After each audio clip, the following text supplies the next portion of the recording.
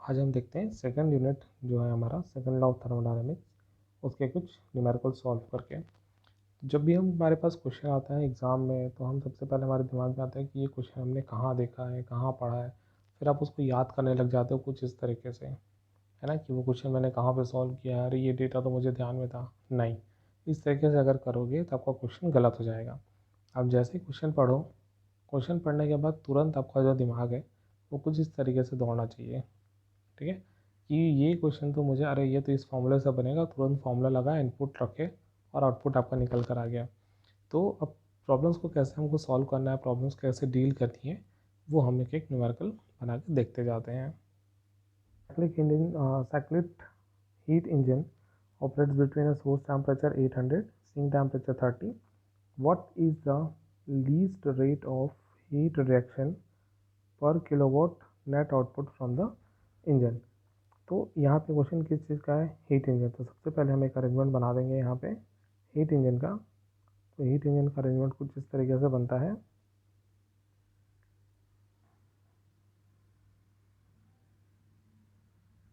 ये रहता है Q1, ये रहता है Q2, ये रहता है सोर्स टेम्परेचर T1 और ये रहता है सोर्स सिंक टेम्परेचर T2। ठीक,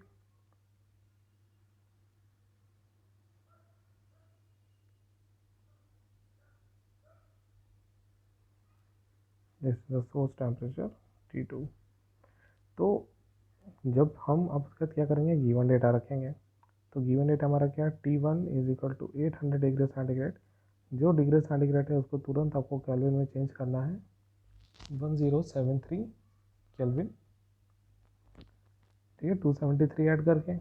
फिर T2 कितना है, 30 डिग्री सेंटीग्रेड, इसको चेंज करेंगे, 303 केल्विन हो जाएगा, 273 ऐड करोगे तो। फिर यहाँ क्या दिया है, what is the least rate of heat rejection, मतलब Q2 जो है ये हमको फाइंड करना है। पर kilowatt net output from the engine, output कितना है W। तो W की वैल्यू जब 1 किलोवाट है उस टाइम पे Q2 का वैल्यू कितना होगा ये हमको फाइंड करना है। तो जब कभी भी आपको अगर टेम्परेचर की दोनों वैल्यू गिवन है तो आप सीधा इसके एफिशिएंसी निकाल लो 1 माइनस T2/T1 से। अब इसकी जब वैल्यू आप लगाओगे, वैल्यू पुट करोगे, तो यहाँ से इसकी एफिशिएंसी जो निकल कर आएगी वो निकलेगी 0.718। ठीक है, अगेन एफिशिएंसी जो होता है वो होता है W/Q1, work output divided by heat input. अब यहाँ पर आपको वर्क दिया हुआ है कितना, 1 kilowatt.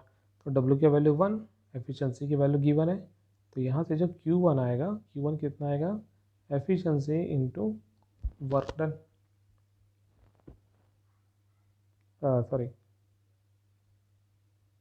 Work done divided by efficiency. ठीक है, तो यहाँ से आप क्या करोगे, अब Q1 अपन कैलकुलेट कर लेंगे। तो Q1 यहाँ से जब आप कैलकुलेट करोगे तो उसकी जो वैल्यू निकल कर आएगी वो वैल्यू होगी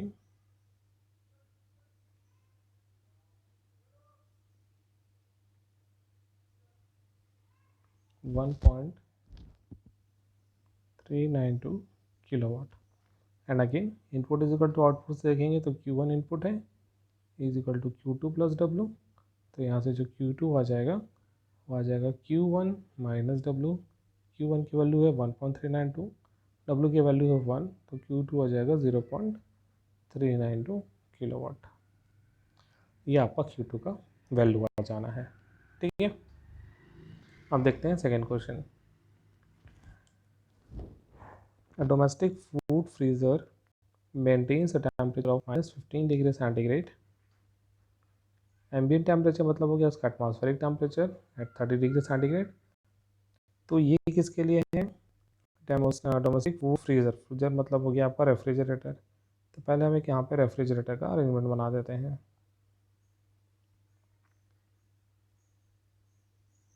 ये हो गया आपका T2, ये T1, Q1, Q2। यहाँ पे जो रिलेशन है वो है T1 is greater than T2। ठीक है, हीट फ्लो कहाँ से होता है, from the low temperature body to high temperature body. यहाँ पे आपका T1 जो है that is a high temperature कितना है 30 डिग्री सेंटीग्रेड मतलब 303 केल्विन। T2 कितना है -15 डिग्री सेंटीग्रेड।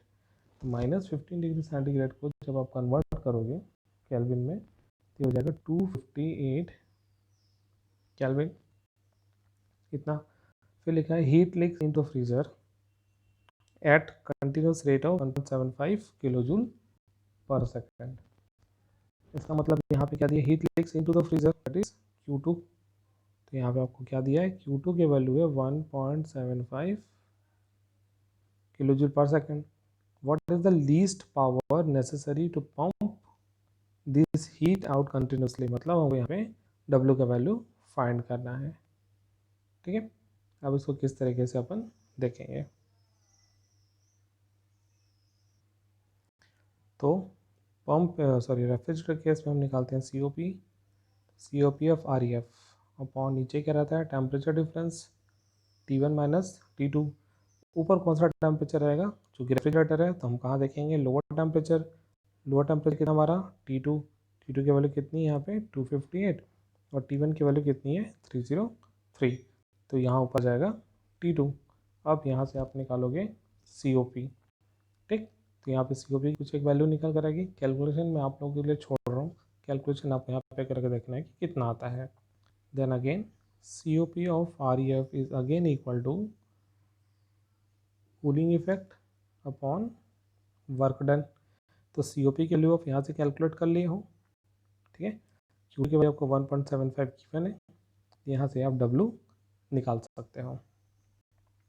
निकालोगे W यहाँ से तो ये निकल कर आएगा that will be your answer in kilo joule per second. ठीक, then third question find the coefficient of performance and heat transfer rate in the condenser of a refrigerator. Again इसमें रेफ्रिजरेटर का क्वेश्चन है, तो refrigerator का question के लिए इस तरीके से सेटअप बना लेंगे T1 T2 Q1 Q2 work input T1 is greater than T2। ठीक, अब यहाँ पे डेटा क्या क्या गिवन है which has a refrigeration capacity of 12,000 kilo joule per hour. Kilo joule per hour इसका रेफ्रिजरेशन कैपेसिटी मतलब का कूलिंग जो है वो है 12,000 kilo joule per hour. Kilo joule per hour है और इसको पर सेकेंड में कन्वर्ट करने के लिए आप किससे डिवाइड करोगे 3600 से डिवाइड कर दोगे तो 12000 डिवाइडेड बाय 60 इंटू 60। ठीक है, एक ज़ीरो ये ज़ीरो कैंसिल आउट हो गया और दैट इज़ 20/6। तो ये Q2 की वैल्यू हो गई। फिर पावर इनपुट आपको दिया है कितना W is equal to 0.75 kilowatt. ठीक है, ये आपका W हो गया। अब निकालना को क्या COP, तो COP इज इक्वल टू होता है यहाँ पे Q2/W। Q2 की वैल्यू कितनी है 20/6 डिवाइडेड बाय 0.75। इसको सिंप्लीफाई कर लो, सिंप्लीफाई करोगे तो आ जाएगा 4.44। ये हो गया। नेक्स्ट अब यहाँ से क्वेश्चन आपका थोड़ा स्टैंडर्ड का चालू होता है। देखो house hold refrigerator maintain temperature. अब रेफ्रिजरेटर बोला है तो सीधा पहले मैं यहाँ पे आप लोग को एक रेफ्रिजरेटर बना देता हूँ।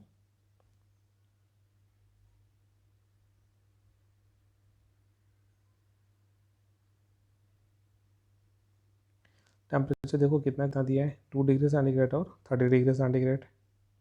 ये हो गया T1, ये T2, Q1, Q2, W। 2 degree centigrade मतलब लो टेम्परेचर मतलब कितना हो गया ये 275 केल्विन। हाई टेम्परेचर 30 मतलब 303 केल्विन। ये हो गया। Then every time the door is opened warm material is placed inside introducing an average of 420 kilojoule एक बार दरवाज़ा खोलने से 420 किलो जूल का जो हीट है, मतलब ये Q2 ये आपका अंदर जाता है। The door is open 20 times in a day and the refrigerator operates at 15% of ideal COP। The cost of work is this, मतलब हमको टोटल मिला के यहाँ पे मंथली बिल निकालना है। मंथली बिल निकालने के लिए हम क्या करेंगे, हम पहले एक दिन का बिल निकालेंगे। एक दिन का बिल निकालने के बाद 30 का मल्टीप्लाई कर देंगे और रेट का मल्टीप्लाई कर देंगे, तो बिल निकल जाएगा। तो यहाँ पे हमको Q2 कितना दिया है, 420 किलो जूल। ये एक बार में इतना हीट अंदर जाता है। एक दिन में कितनी बार खुलता है, 20 बार। तो कितना हो गया ये 8400 किलो जूल। ये तुम्हारा Q2 का वैल्यू हो गया। ठीक है, टेम्परेचर दिया हुआ है, तो टेम्परेचर है तो हम यहाँ पे क्या निकालेंगे, इसका COP निकाल लेंगे। तो COP कितना हो जाएगा इसका, T2/T1 - T2। ये वैल्यू निकल कर आया कितना, 9.82। अब यहाँ पे एक लाइन देखो लिखा हुआ है, refrigerator operates at 15% of ideal COP। तो याद रखना कि यहाँ से इस तरीके से जब अपन निकालते हैं टेम्परेचर बेसिस पे, तो हमेशा हमको आइडल COP मिलता है। टेम्परेचर बेसिस पे हमेशा हमको मिलेगा आइडल COP। ठीक है, अब वर्किंग COP जो कितना है, 15% ऑफ आइडल। तो 15% ऑफ आइडियल है, तो हम क्या करेंगे, अब वर्किंग COP निकालेंगे। तो वर्किंग COP क्या होगा, या फिर इसको हम बोल सकते हैं actual COP is 15% of ideal. 15% of ideal मतलब 15/100 इंटू 9.82, तो ये आ जाएगा 1.47। अब हम COP का वैल्यू रेफ्रिजरेटर का वो 9.82 नहीं लेंगे, 1.47 लेके सॉल्व करेंगे। तो COP कितना आया, 1.47। अब निकालना है हमको यहाँ से कितना ये इलेक्ट्रिसिटी कंज्यूम करेगा, मतलब पावर कंज्यूम करेगा। तो COP is equal to Q2/W। COP कितना है, 1.47। तो थोड़ा अच्छे से लिखते हैं इसको, this is 1.47 is equal to Q2 कितना है, 8400 डिवाइडेड बाय W। तो यहाँ से W कितना आ जाएगा,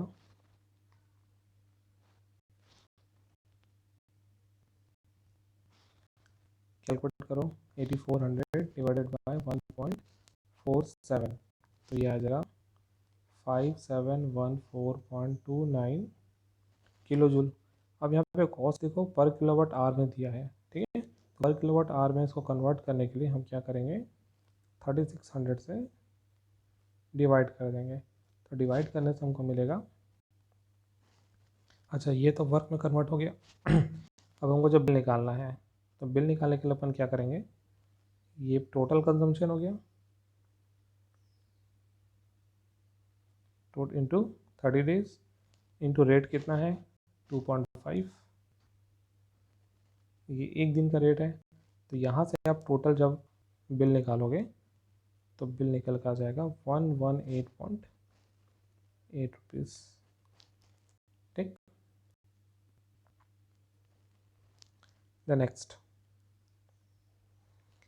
अ heat engine is use to drive a heat pump.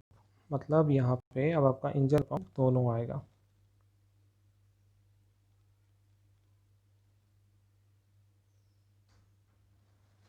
Engine भी बना देंगे यहाँ पे, ये किस तरीके से इंजन बना दिए।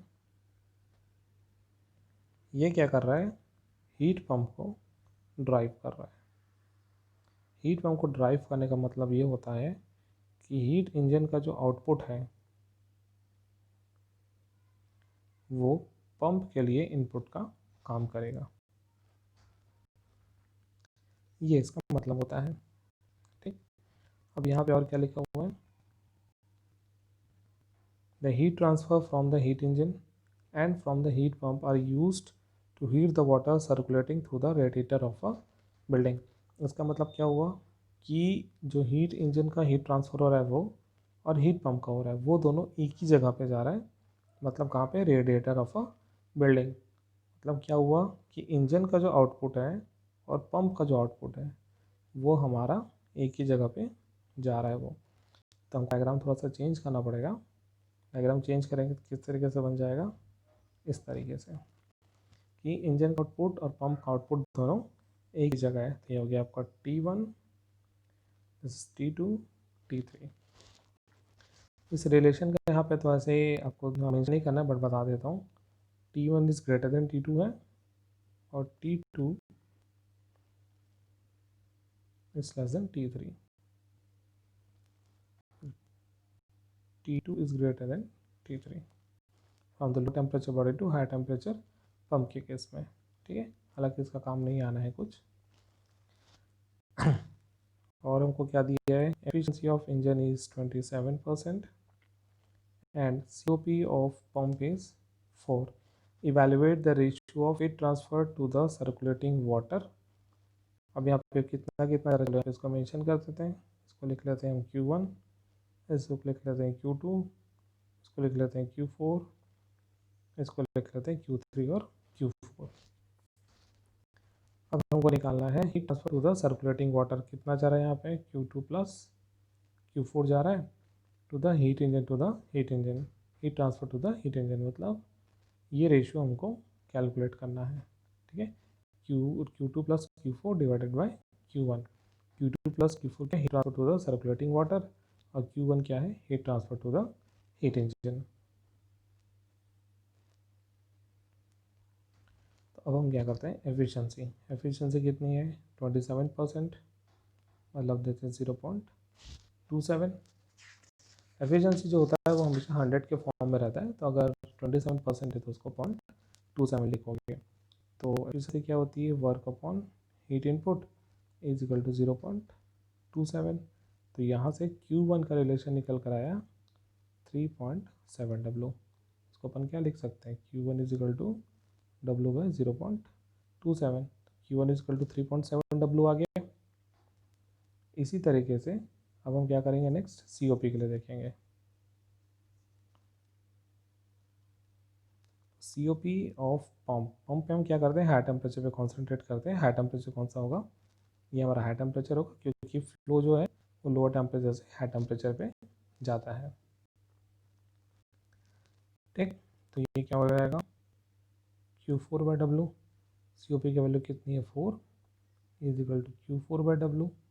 तो that will be the Q4 is equal to 4W। ठीक, अब तो हमको रेशो किसका किसका चाहिए था, Q2 प्लस Q4, हमको चाहिए था Q2 plus Q4 divided by Q1। तो Q1 के लिए हम निकाल लिए, Q4 के लिए निकाले, Q2 बचा है। तो अब यहाँ से इस वाले रिलेशन से देखो क्या आएगा, Q1 is equal to W plus Q2। So Q2 will be Q1 minus W। Q1 की वैल्यू 3.7 W, ये W तो क्या बना 2.7 W।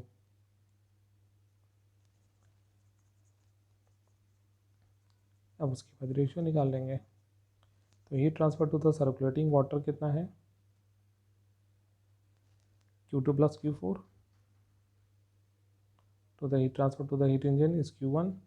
Q2 की वैल्यू है 2.7 W, Q4 की वैल्यू है 4 W, Q1 की वैल्यू है 3.7 W। W कॉमन निकल के कैंसिल आउट हो जाएगा, तो इसका आंसर आएगा 1.81। ये आपका फाइनल आंसर होगा। The next, two reversible heat engines A and B are arranged in series. तो अरेंज इन सीरीज है, तो इसका जो अरेंजमेंट है वो अपन बना लेते हैं पहले इस तरीके से।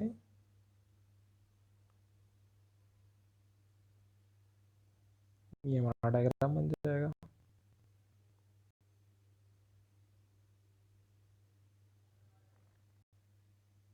एक सेकेंड रुको,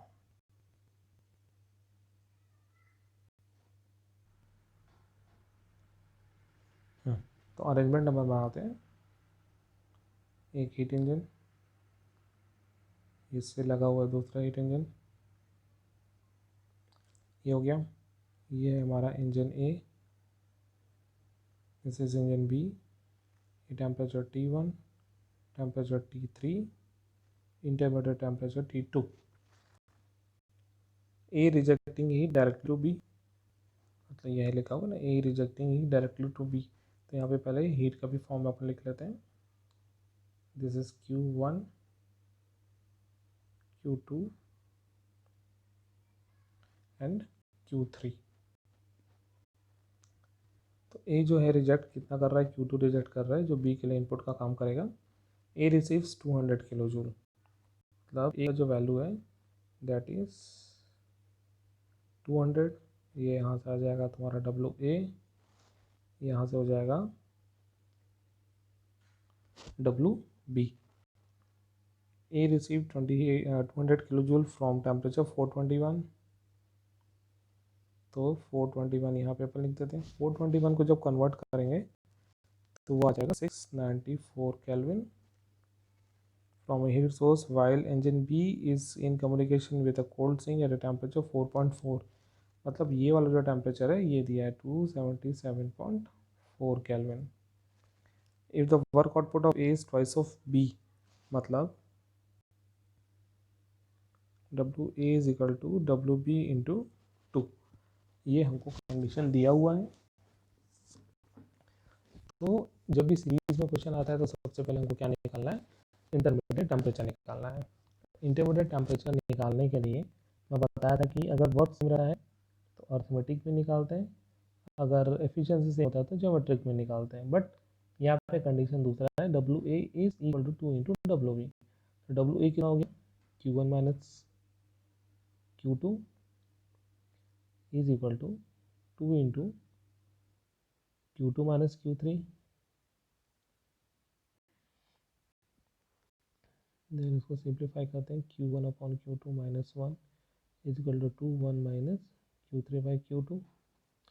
इसको फिर आप टेम्परेचर फॉर्म में चेंज करेंगे.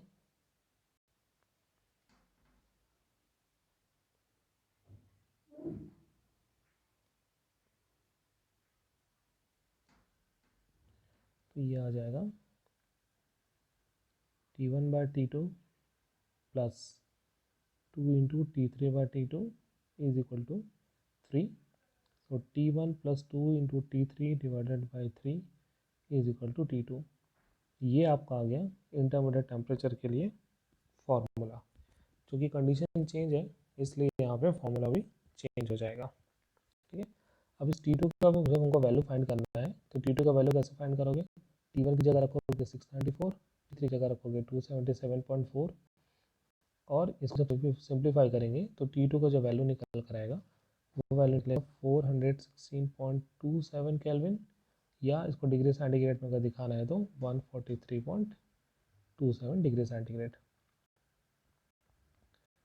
ठीक है. तो पहला जो निकालना था इनपुट टेम्परेचर ये तो हमने निकाल दिया, ये इंटरमीडिएट टेम्परेचर पहले निकालना था, ये निकल गया. अब निकालना है क्या, एफिशिएंसी ऑफ ईच इंजन, मतलब दोनों का एफिशिएंसी कैलकुलेट करना है और heat rejected to the cold sink, मतलब Q3 का वैल्यू फाइंड करना है.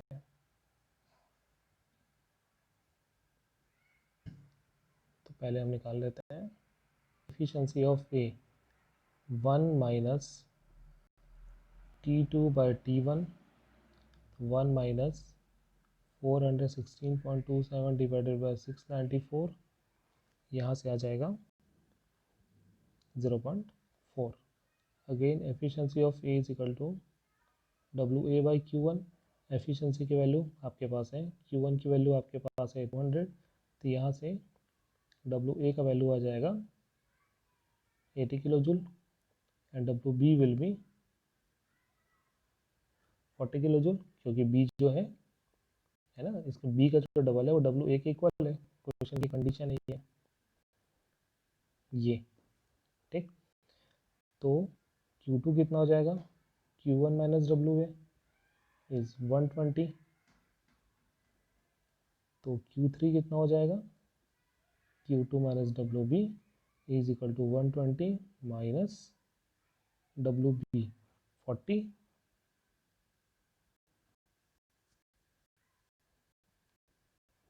Is equal to 80. ये 200, ठीक है, ये आ गया 80, ये 120, ये 120 का, फिर ये 80 का हो गया 40, निकल गया कितना, 80 निकल कर आ गया। अब हमको क्या निकालना है, एफिशिएंसी निकालनी है।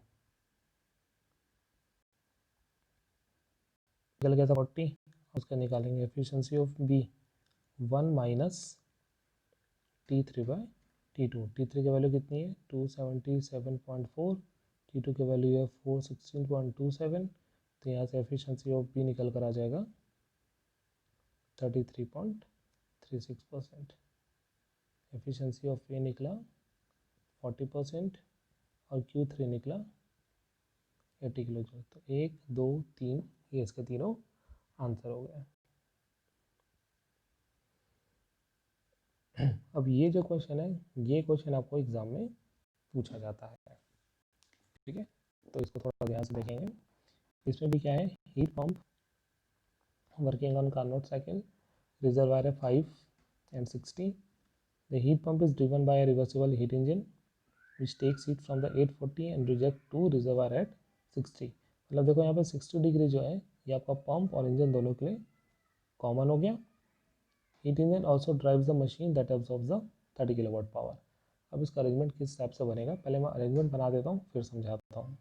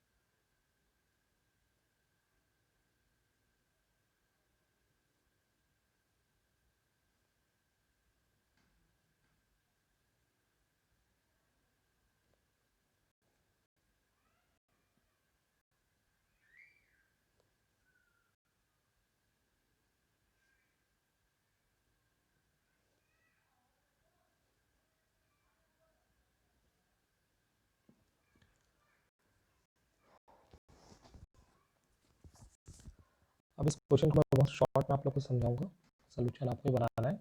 मैं क्वेश्चन एक बार यहाँ पे रिपीट करता हूँ समझाते हुए कि किस तरीके से ये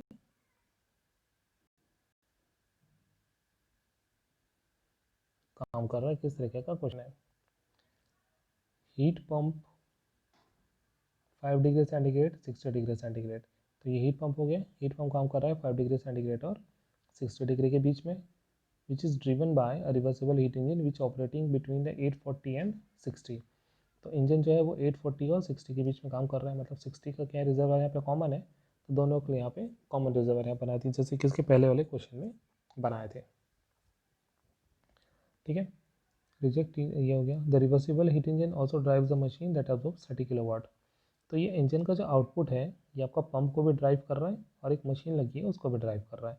मतलब इसका जो W है, इंजन का जो वर्क आउटपुट है, वो दो पार्ट में चला गया। एक W1 पंप को चला गया और W2 जो है एक मशीन को चला गया। डिटरमाइन, अच्छा नहीं, if heat pump extract 17 kilo joule from 5 degree centigrade. मतलब ये हीट पंप जो हीट बाहर निकाल रहा है 5 डिग्री सेंटीग्रेड से, वो कितना है 17। मतलब ये Q3 की वैल्यू हमको दी हुई है 17 दी हुई है। Determine the rate of heat supply from 840, मतलब Q1 निकालना है। Rate of heat rejection to the 60, तो हीट रिजेक्शन 60 में कितना है, Q2 भी जा रहा है और Q4 भी जा रहा है। मतलब कुल मिला के हमको Q3 दिया हुआ है, Q1 Q2 और Q4 कैलकुलेट करना है। तो देखो किस तरीके से सॉल्व करेंगे। सबसे पहले गिवन डेटा लिख लो। T1 इज 840, 840 का मतलब हो गया 1113 केल्विन। T2 इज 60, इसका मतलब 333 केल्विन। T3 इज 5, मतलब 278 केल्विन।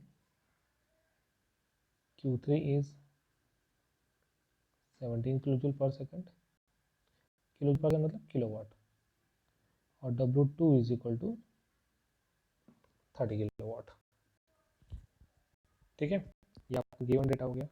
अब प्रोसीजर में समझा रहा हूँ, इंटरमीडिएट जो वैल्यूज़ आएंगी वो वैल्यूज़ बस यहाँ पे लिखूँगा, आपको कैलकुलेट करना है, कैलकुलेट करके वो वैल्यू देखना है कि उतना आता है कि नहीं आता है।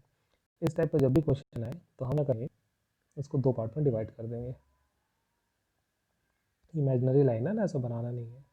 जिस तरफ डेटा ज़्यादा गिवन है उस तरफ से सॉल्व करना स्टार्ट करेंगे। तो यहाँ देखो हमको टेम्परेचर T1 दिया है, T2 दिया है और एक हीट का वैल्यू भी गिवन है। तो हम स्टार्ट करें पंप से।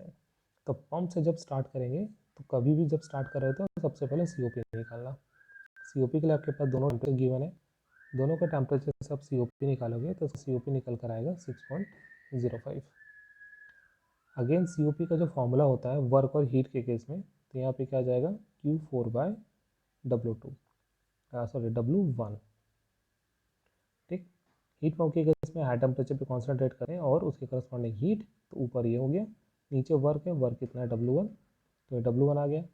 Q4 और W1, Q4 को हम क्या लिख सकते हैं, Q3 + W1 भी लिख सकते हैं अपॉन W1। तो यहाँ से आप निकालोगे Q3, तो Q3 की जो वैल्यू निकल कर आएगी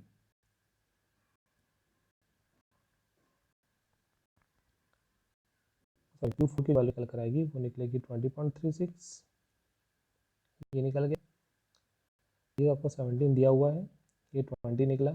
तो इन दोनों का डिफरेंस है वो क्या है, W1 है। तो यहाँ से आपका W1 जो निकल कर आएगा वो W1 कितना निकलेगा,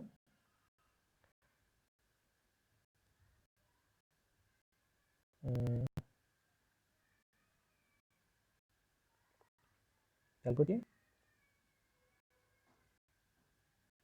आप लोग कैलकुलेट करना और मैं जो आंसर यहाँ पे निकाल कर दे रहा हूँ उससे आप लोग मैच करोगे।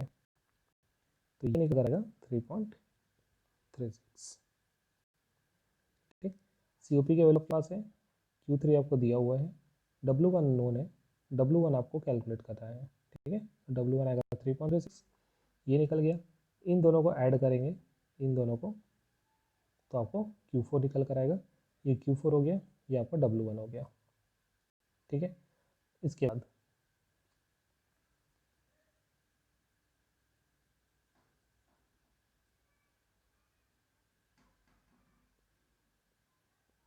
इस तरफ देखो, Q3 कैलकुलेट हो गया, Q3 गिवन है, Q4 कैलकुलेट हो गया, W1 कैलकुलेट हो गया। अब यहाँ से देखो ये जो टोटल W है,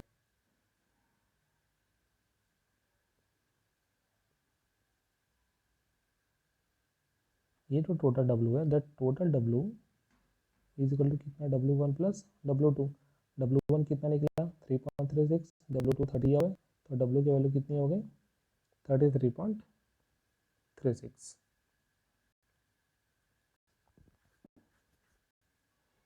अब W निकले, देन इसके बाद आप क्या निकालोगे, एफिशिएंसी। एफिशिएंसी के लिए आपको दो टेम्परेचर गिवन है, एफिशिएंसी निकलेगी 0.7। Again efficiency is equal to होता है W/Q1। W आपके पास है, एफिशिएंसी आपके पास है, Q1 निकालोगे तो Q1 जो निकल कर आएगा वो निकलेगा 47.60, और Q2 जो निकल कर आएगा that Q2 is equal to Q1 - W, इन दोनों का डिफरेंस Q2 होगा, तो ये निकलेगा तुम्हारा 14.24 किलोवाट। तो इस तरीके से अपन देखते हैं, तो Q1 Q2 आपका ये W1 Q4 सब कैलकुलेट हो गया। अब जो फाइनल आंसर में लिखना है वो चीज़ क्या है, the rate of heat supply from 840 source. 840 source कितना है Q1, मतलब ये तुम्हारा आंसर हो गया। Rate of heat rejection to 60 degree sink, 60 degree sink में कितना जा रहा है, Q2 भी जा रहा है और Q4 भी जा रहा है, मतलब ये तुम्हारा Q4 हो गया, ये तुम्हारा Q2 हो गया। दोनों को ऐड कर देना, दोनों को जो ऐड करोगे जो आंसर आएगा वो तुम्हारा फाइनल आंसर होगा, दैट विल बी द 14 और 20 34 और ये 34.6, दूसरा आंसर जो आएगा वो 34.6 निकल कर आएगा। ठीक है, ये भी उसी टाइप का ही क्वेश्चन है, बस इसमें एक चीज़ डिफरेंस है, वो है क्या, reconsider the given that the efficiency of heat engine and COP of refrigerator are each 40% of maximum possible value। तो यहाँ पे आप क्या करना है, जो भी एफिशिएंसी निकलेगा, जैसे मान लो एफिशिएंसी अपन निकाल रहे हैं 1 माइनस 40 का हो जाएगा हमारा 313 और 600 का कितना हो जाएगा 628 873। ये इस तरीके का बना। ठीक, इसकी जो एफिशिएंसी आएगी, एक मिनट में आप लोग को कैलकुलेट करके बता देता हूँ।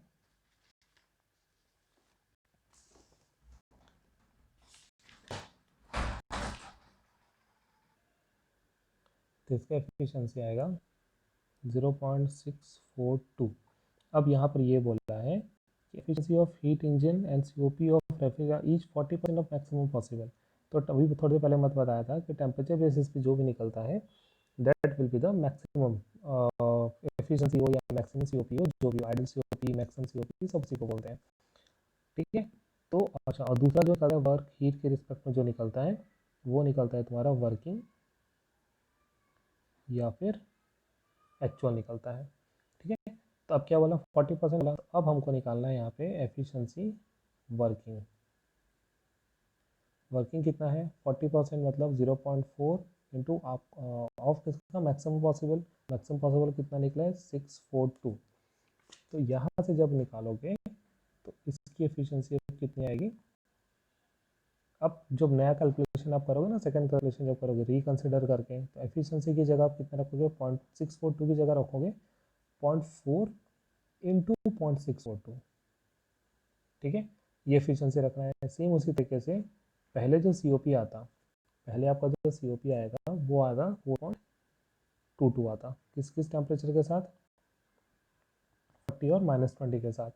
अब हमको क्या निकालना है एक्चुअल सीओपी या वर्किंग सीओपी। तो सीओपी वर्किंग जो निकल कर आएगा वो कितना निकलेगा 40% ऑफ मैक्सिमम मतलब 4.22, ये 1.69 आएगा। तो अब आपको जो सेकंड वाला जो क्वेश्चन फिर से कैलकुलेट, अच्छा ये जो क्वेश्चन है ना, ये आपका यहाँ से लेके ये आपका एक अलग पूरा क्वेश्चन नया बना देता है। ठीक है, उस वाले कंडीशन को क्या करना है, इस एफिशिएंसी को और इस सीओपी को लेके सॉल्व नहीं करना है, अब नया एफिशिएंसी और नया सीओपी लेके सॉल्व करना है। पूरा प्रोसीजर वही चीज़ रहेगा, सिर्फ दो वैल्यू चेंज आएगी, ये एफिशिएंसी की एक वैल्यू चेंज हो जाएगी और एक सीओपी की वैल्यू चेंज हो जाएगी, बाकी पूरा कैलकुलेशन तुम्हारा एज इट इज रहेगा।